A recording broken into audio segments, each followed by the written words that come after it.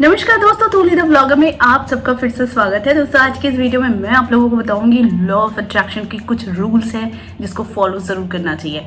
लेकिन वो क्या है आज के इस वीडियो में। लेकिन हमेशा की तरह आगे बढ़ने से पहले चैनल को सब्सक्राइब कीजिए, बेल बटन को दबाइए। वीडियोस अच्छी लगती है तो लाइक शेयर और कमेंट करना बिल्कुल भी मत भूलिए। आगे बढ़ते हैं।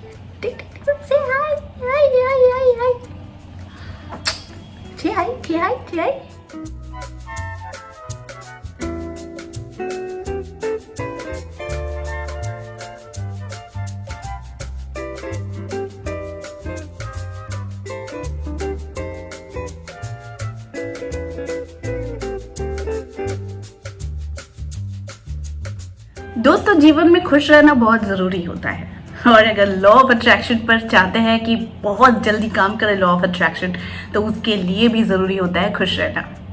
लेकिन आप सोचेंगे कि हमारे डे टू डे लाइफ में इतनी सारी चीज़ें होती हैं तो हम खुश कैसे रहें। कहना आसान होता है, करना मुश्किल होता है, यही तो कहेंगे। लेकिन यहाँ पर जो मैं आप लोगों को समझाऊंगी कि खुश रहना भी आपके हाथ में है, दुखी रहना भी आपके हाथ में है। ठीक है, तो हम किसी चीज़ का सपना देखते हैं, सपने को पूरा करना चाहते हैं, तो हम उस पर फोकस करते हैं। लेकिन हमारी जो अंदरूनी इच्छा होती है वो होती नहीं है। यानी कि हमें एक बड़ा सा घर चाहिए, लेकिन हम उस पर ये फोकस कर लेते हैं अपनी परेशानियों को। कैसे होगा, संभव ही नहीं है, हो ही नहीं सकता है। इस तरह की चीज़ें हम सोचने लगते हैं। चलो ये कोई नई बात नहीं है, ये हर एक इंसान के अंदर ये किंतु परंतु कैसे होगा आ जाता है। लेकिन आपको सपना जीने से कौन रोक सकता है? सपने तो खुद है आपके अपने, है ना। तो आपको पूरी आज़ादी होती है कि आप कुछ भी सपना देखो, सपना तो अपना ही है। तो इसीलिए लॉ ऑफ अट्रैक्शन में कहा गया है कि खुश रहना बहुत ज़रूरी है। मैं खुशियाँ हर एक छोटी छोटी चीज़ में ढूंढती हूँ, डिसअपॉइंट भी होती हूँ, ऐसा नहीं कहूँगी कि मैं नहीं होती हूँ, लेकिन वो कुछ क्षणिक के लिए। दोस्तों खुश रहने के लिए कोई कारण ढूंढने की ज़रूरत नहीं होती है, खुश तो आपके अंदर से आती है। लेकिन हमारे जो चारों ओर इतनी सारी नेगेटिव चीज़ें होती है, पॉजिटिव चीज़ें भी होती है, लेकिन हम फोकस किस पर करते हैं? नेगेटिव चीज़ों पर। तो जब मैं कभी भी मैं कहीं जा रही होती हूँ, टूर कर रही होती हूँ, तो मैं क्या करती हूँ पता है?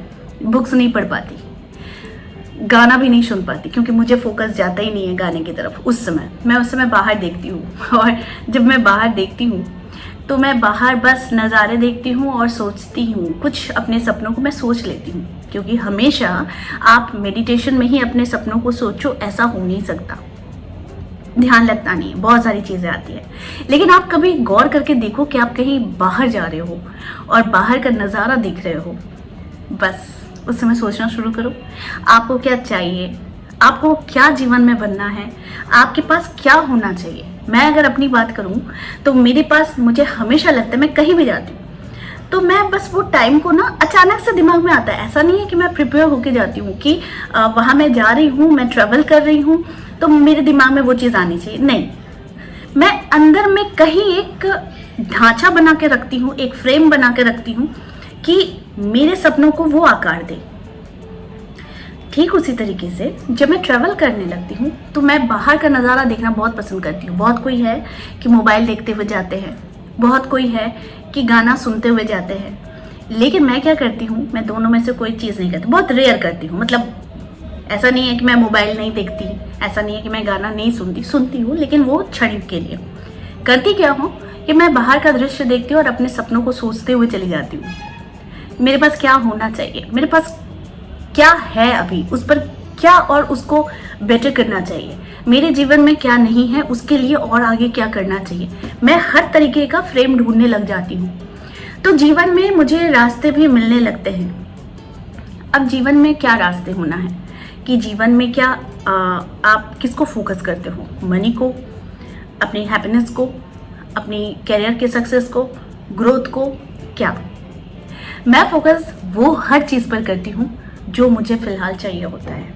यानी कि मुझे अगर अपने ऊपर काम करना है तो मैं उस पर ज़्यादा फोकस करती हूँ। मुझे अगर कोई चीज़ चाहिए तो मैं उसे सोचते हुए चली जाती हूँ, सोचती हूँ कि मुझे चाहिए तो वो कैसे चाहिए, क्या तरकीब लगानी है। देखिए यही होता है आइडिया जनरेट करना।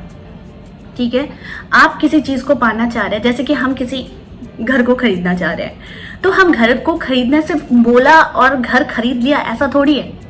हम उस पर प्लानिंग करते हैं, बजट फिक्स करते हैं, कितना एक्सपेंस हो सकता है, कितना हमारा लोन कट सकता है, कितना हमारे ऊपर क्या आ सकता है, हम ये सारी चीज़ें तो सोचते हैं। फिर उसके बाद जाकर एक सही दिशा मिलती है तो हम एक घर खरीदते हैं।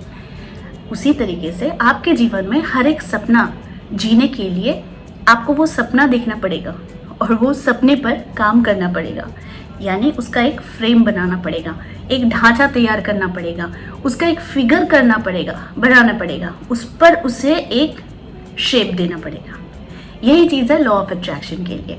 तो मैं जिस तरीके का आप लोगों को बताती हूँ, जो चीज़ यूज़ करना चाहती हूँ, वो सिर्फ और सिर्फ इतना ही कहना है कि सपने देखो और सपने पर काम करना शुरू करो। जब आपका फोकस एकदम आपके सपने पर हो जाएगा तो आप देखना यूनिवर्स आपको 100 तरीके के आइडियाज़ दे रहे हैं, 100 तरीके की सोच दे रहे हैं। वो नहीं तो ये नहीं तो वो, अब चूज़ आपको करना पड़ेगा।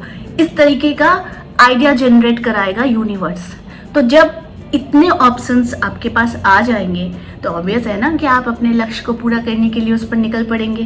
तो सपने को जीने के लिए अपनी सपनों को देखना शुरू करो, ड्रीम हाउस बनाओ, ठीक है, ड्रीम जॉब बनाओ, ड्रीम लाइफ पार्टनर बनाओ, ड्रीम सक्सेस बनाओ, ड्रीम ग्रोथ बनाओ। जो चीज़ चाहते हो उस चीज़ को बनाओ और बनाने के ऊपर उस पर काम करना शुरू करो।